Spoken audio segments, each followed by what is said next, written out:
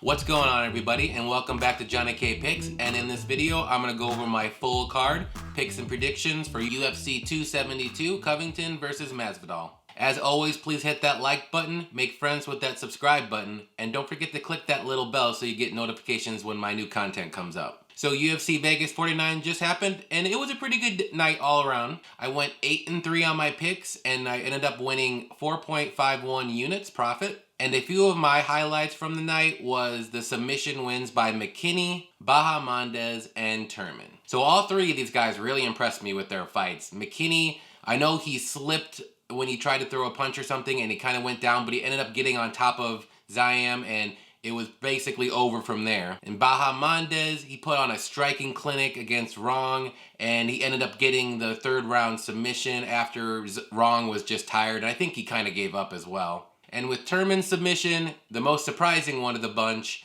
he wrapped up that armbar super quick because I barely saw how quick he did that. And that was a very good win by him. He looked like he was in trouble in the late first round and early second. And he ended up getting that armbar and Misha tapped immediately. But what I really want to get into is the judges. So I just don't understand how the judges cannot be consistent night in and night out, let alone every fight to be consistent, because that's asking a little too much, am I right? But the first example for me for the night was the Rodriguez-Petrosian fight. Now, I'm not saying it was a robbery that Petrosian won, but I personally had it 29-28 Rodriguez. I thought Rodriguez lost the first round, but in the second and third round, he was landing the more damaging strikes. He wasn't throwing the most strikes, but he was landing the more damaging strikes. If you look at Petrosian's face, you can totally tell he was damaging up his face. But the judges gave him a unanimous decision win, and that's fine. Like I said, totally okay with it. I personally had it the other way, but now I know where the judges are going. Let's see if they're consistent. Now, enter the Kim Cachoeira fight. Kim outstruck Cachoeira 2-1 the whole fight and in every round. Landed lots of damaging strikes. And what happened in the outcome? All three judges gave Cachoeira 29-28 unanimous decision. Now, I will say this. That is a robbery. And so, as I said, the judges have zero consistency night in and night out and from fight to fight. There's zero consistency. So I'm going to put up this picture up here and you tell me who won that fight. I mean, it's clear cut, am I right? And I'll admit, I didn't have a bet on this fight, but it really just irked me because when you're watching these fights and you're like, this fighter is winning, and then the judges see it completely different and you're like, what's going on? But all right, enough of my ranting about the judges because I can go on for hours about this. So let's get to my picks and predictions for UFC 272. First fight of the night, we have Justin Jacoby versus Mikhail Oleksiejczuk.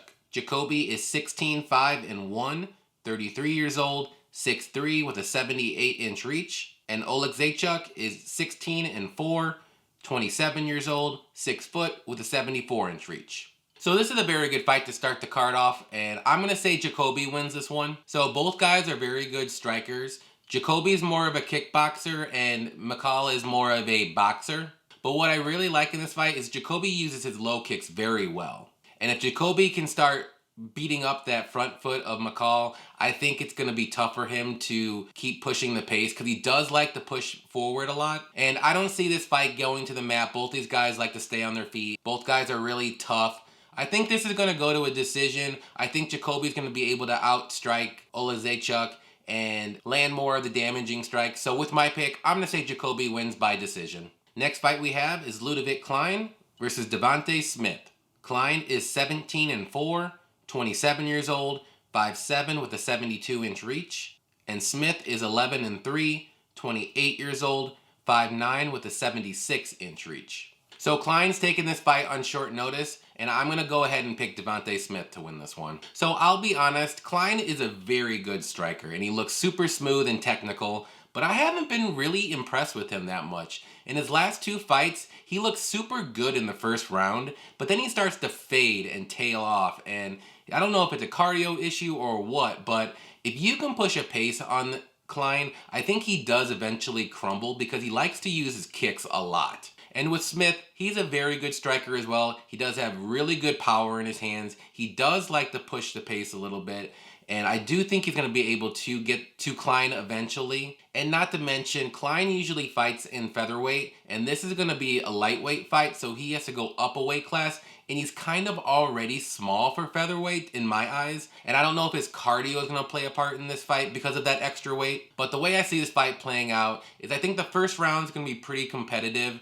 But in the second round, I think Smith is going to be able to land a powerful striking. He's going to be able to get a knockout here. So with my pick, I'm going to say Smith wins by knockout in the second round. Moving on up the card, we have Tim Elliott versus Tager Ulanbekov. Elliott is 17-12-1, 35 years old, 5'7" with a 67-inch reach. And Ulanbekov is 13-1, 30 years old, 5'7" with a 70-inch reach. So in this fight, I'm going to go ahead and pick Ulanbekov to win this one. So both guys are very good grapplers and wrestlers. But I have to give the advantage here to Ulanbekov. But I will say both guys don't really have that good of takedown defense. So I think they can both take down each other. It's not going to be a one-sided affair here. But the only little red flag for me is Tim Elliott's been submitted a lot in his career. And on the feet, both guys are pretty good. They're pretty solid, but they're mainly grapplers. Tim Elliott likes to hold his hands a little bit low, so that always kind of scares me. And he does tend to get hit a decent amount, but he's a really tough guy though.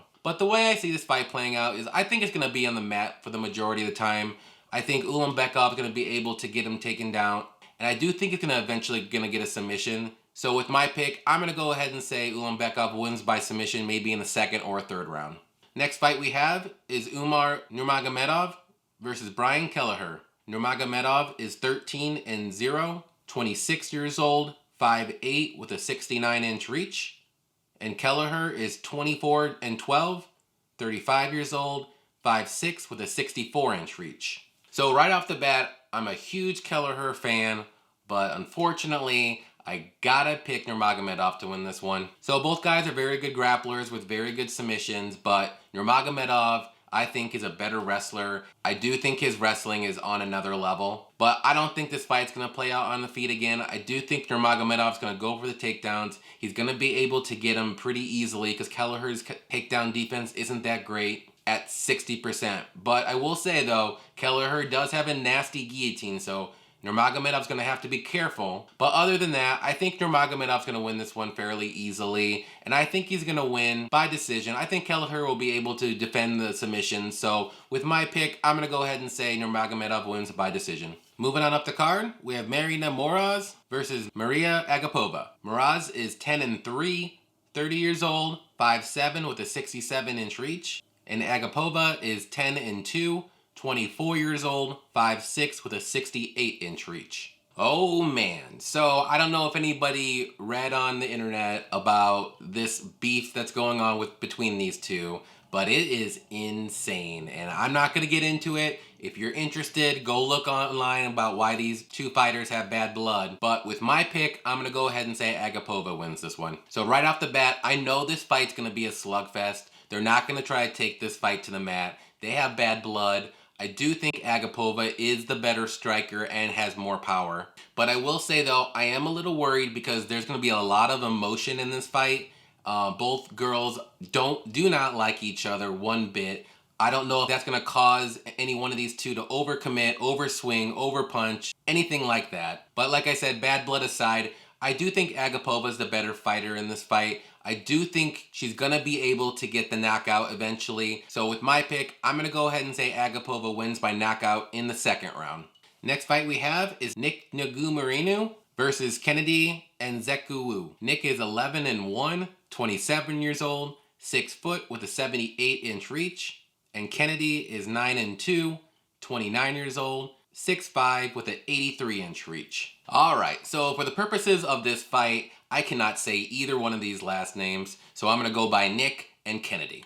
I'm going with the underdog, and I'm going to pick Nick to win this one. So I will say, Kennedy is a massive lightweight. He is very tall, he's very big, but he is super slow, he's very timid, and I think that's just going to play in the hands of Nick, because he's going to push forward. He does have good wrestling, and he can take down Kennedy, But I will say both guys are very hittable. As I said before, Kennedy is very low volume as well, and he just doesn't seem like he wants to fight in there sometimes. And I will give Kennedy credit though. He has had a couple decent comeback wins that he looked like he was completely out of, and then he ended up winning in the second or third round. But I think Nick's going to be just too much for him. I think Nick's going to push a pace. He's going to try to go for the takedown. I think eventually he's going to be able to get it. So with my pick, I'm going to say Nick wins this one by a second round ground and pound knockout. Next fight we have is Marina Rodriguez versus Jinan Yan. Rodriguez is 15-1-2,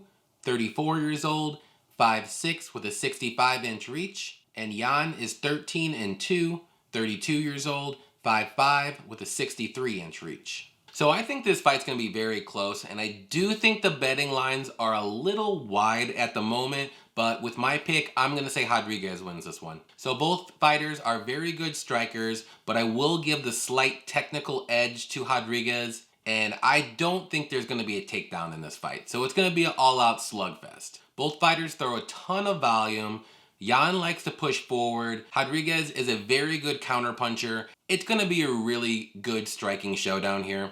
And as I said, I do think Rodriguez has the striking edge. I think she's a little bit more technical with her punches. They're more straight. She does have a very good jab. And like I said, her counter punches are very good. And another thing with Rodriguez, she's fought the better competition.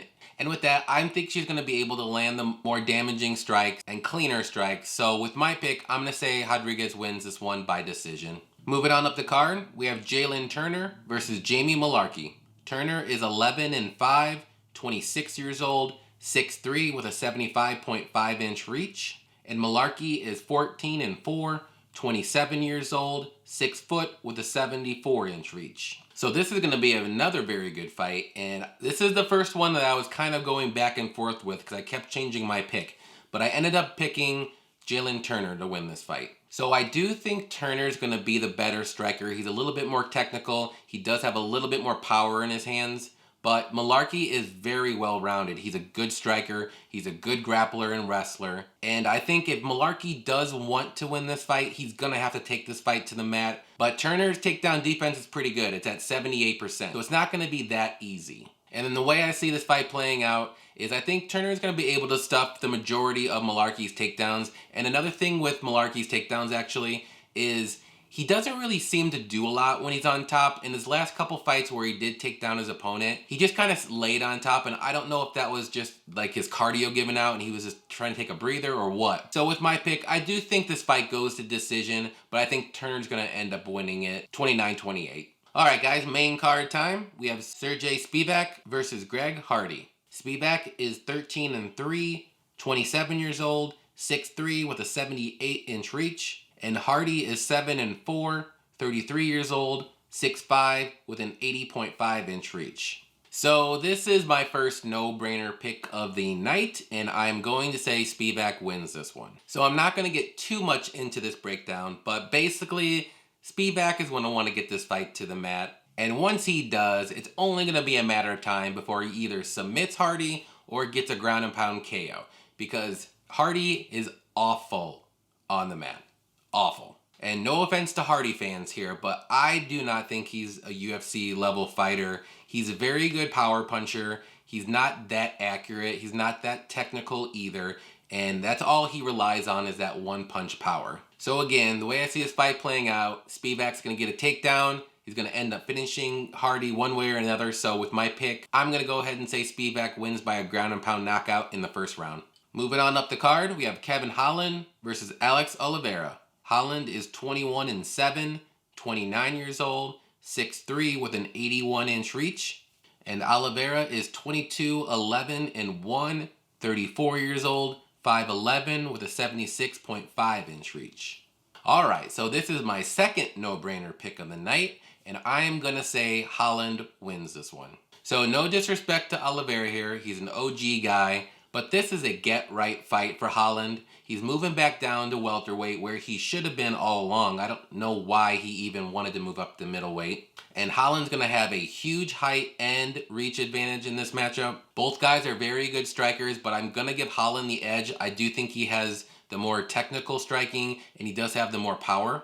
And the only way that Oliveira is going to win in my eyes is if he does get this fight to the mat. And I know he doesn't really go for takedowns anymore. He used to earlier in his career. But Holland's takedown defense, I'm sure, is vastly improved from when we saw him against Brunson and Vettori. And another little key stat to look at here is Oliveira's been finished 5 times by submission. And he only been knocked out, I think, once in his career. So I'm going to go out on a limb here. And I'm going to say somehow, in some way, Holland is going to get into a position where he's going to be able to wrap up a rear naked choke submission win. So with my pick, I'm going to say Holland wins by a crazy submission in the second round.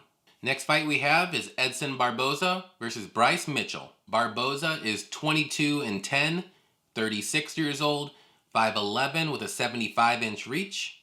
And Mitchell is 14-0, 27 years old, 5'10" with a 70-inch reach. Okay, so very interesting matchup here. And this is another one of those fights where I was going back and forth with. I kept changing my picks, kept doing more research, but I ended up choosing Barboza to win this one. So this is a classic striker versus grappler matchup, with Barboza being the better striker by far and Mitchell being the better grappler. But I will say Barboza is a good grappler himself, but Mitchell does have the edge for sure. And I'll be honest, I just think the only path to victory for Mitchell here is to get him to the ground, and I don't even think he's going to be able to submit Barboza.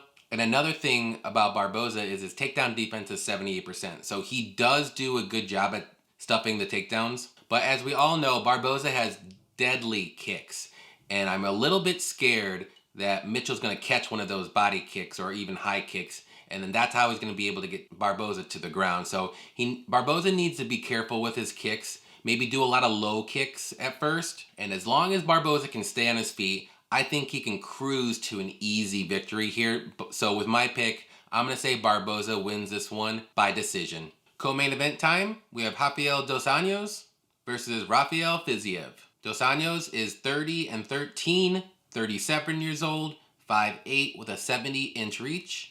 And Fiziev is 11-1, 29 years old, 5'8" with a 71.5-inch reach. Okay, so another super exciting fight that I'm looking forward to. And I do think the betting line is a touch wide here, but it's on the right side, and I'm going to pick Fiziev to win this one. So first things first, this is still a 5-round fight. It was supposed to be the main event a week or two ago, and I'm a little worried for Fiziev if this fight does get into the 4th or 5th round, because he's shown before in the past that he does have cardio issues, but in his last fight against Riddell, he looked very good in the 3rd round, so I'm thinking his cardio is improving. And with RDA, he's 37 years old now. He's had a couple injuries that he's working back from, and he hasn't fought in a little over a year, so I'm not exactly sure how he's going to look for his cardio either.